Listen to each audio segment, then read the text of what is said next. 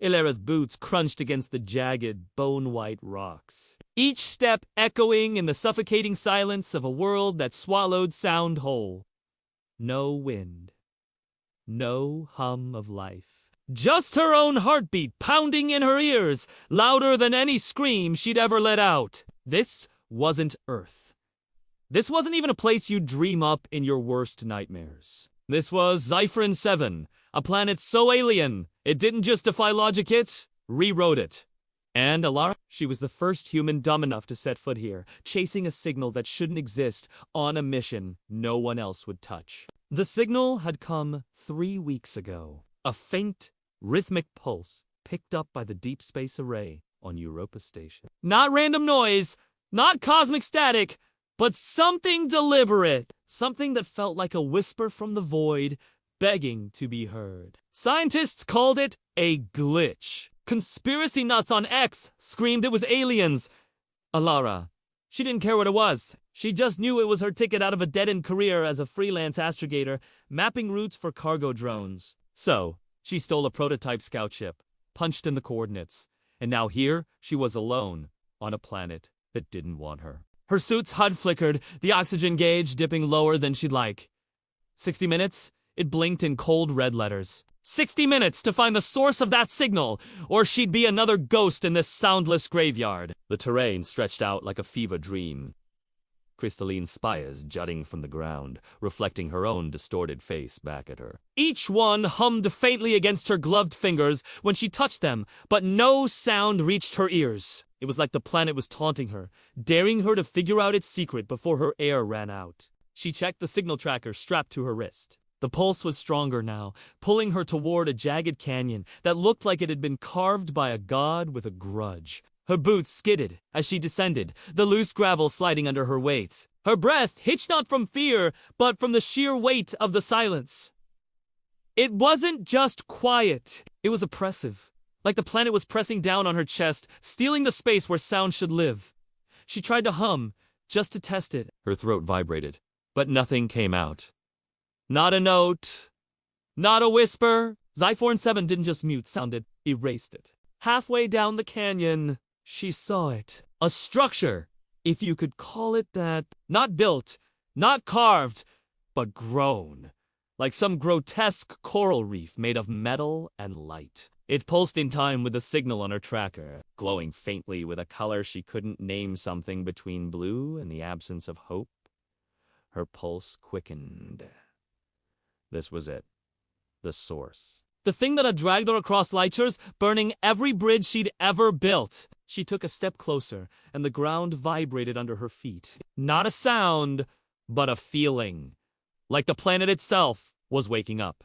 Ilara's calms crackled impossible, because she was alone, and Zyphrin 7 didn't play nice with tech. A voice glibbled and faint, broke through, ...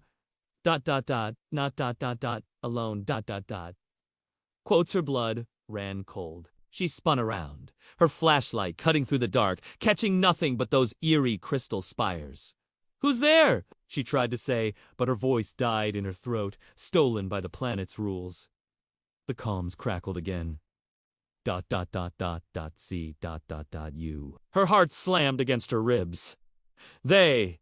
Who the hell was they? She forced herself to move toward the structure, her hands shaking as she gripped her multi-tool. The closer she got, the more the air seemed to thicken, like she was wading through invisible syrup. The structure's glow intensified, and now she could see shapes inside its shadows that didn't match her own. Long, spindly, moving in ways that made her skin crawl. She wanted to run, but her legs felt anchored, like the planet was claiming her as its own. The signal tracker beeped wildly now, the pulse so fast it was almost a solid tone. 40 minutes of oxygen left. She reached the structure's edge, and it reacted. The glow pulsed brighter, and the shadows inside moved faster, like they were aware of her. Ilara's hand hovered over the surface, her instincts screaming at her to back off. But she hadn't come this far to chicken out.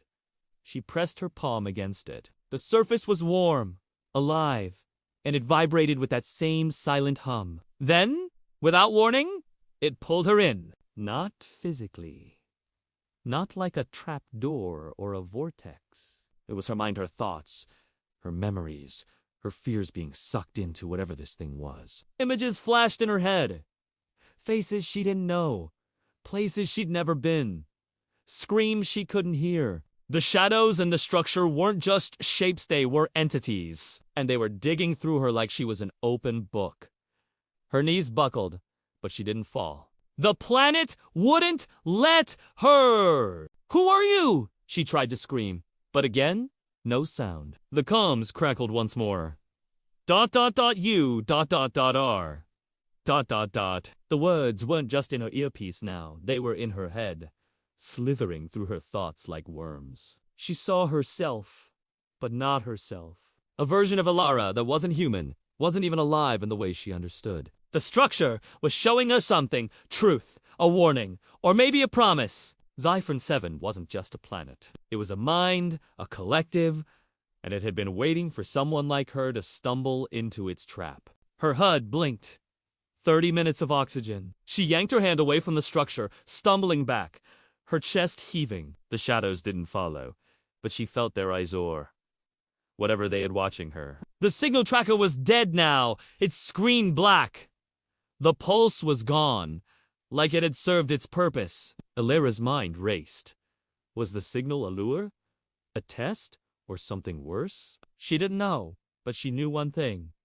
She wasn't leaving this planet the same way she'd arrived. She started climbing out of the canyon, her movements frantic. The silence was louder now, if that was even possible, pressing against her skull like a vice. Her comms crackled again, but this time, it wasn't words. It was laughter low, guttural, and impossibly clear, like it was coming from inside her. She froze, her flashlight shaking in her grip. The crystal spires around her glowed faintly, pulsing in time with her heartbeat. The planet was alive, and it was playing with her. 20 minutes of oxygen. She pushed herself harder, scrambling up the canyon's edge. Her ship was still there, a speck of hope in the distance. If she could just reach it, maybe she could outrun whatever this place was. But every step felt heavier, like the planet was pulling her back, whispering in that silent way that it wasn't done with her yet. The laughter in her comms grew louder, joined by other voices, overlapping, none of them human. She tripped, her knee slamming into a rock. Pain shot through her, but she didn't cry out. Couldn't cry out. The HUD blinked.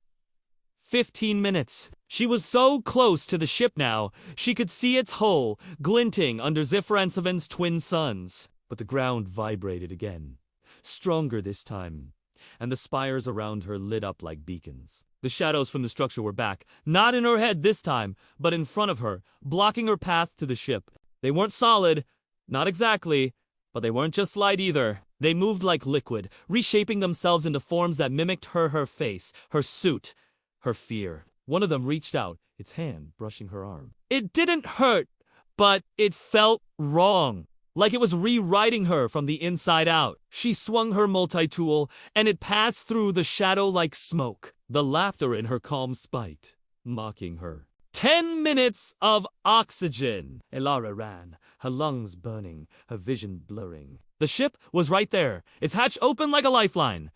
She didn't look back, didn't dare. The ground shook harder now, the spires glowing so bright they seared her eyes. The shadows were everywhere, not just behind her but around her, above her, inside her. Her HUD screamed.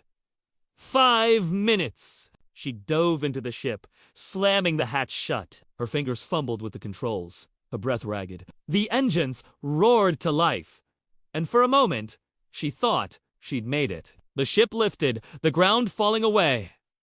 But the laughter didn't stop. It was in the ship now, in the walls, in the air. Her HUD flickered, not with the oxygen warning, but with something else, a message, scrawled in jagged letters. You never leave. The ship's sensors went haywire, picking up signals from every direction. Not one pulse, but thousands, millions, all coming from Zyphron 7. The planet wasn't just alive, it was awake, and it was angry. Alera's hands froze on the controls as the ship lurched, not upward, but down, pulled back toward the surface. The shadows were in the cockpit now, their faces hers, their eyes empty. She screamed, or tried to, but the silence swallowed it. The last thing she saw before the ship crashed was the structure, glowing brighter than ever, its shadows reaching out to claim her. And then, nothing. Just silence. Just Zephyrin 7, waiting for the next fool to answer its call. Pause for effect. So, what do you think happened to Alara? Did she escape? Did the planet keep her? Or is she still out there? Part of something we can't even imagine. Drop your theories in the comments, and if you want to know what happens next, smash that like button and subscribe. Because trust me, this story, it's only just beginning.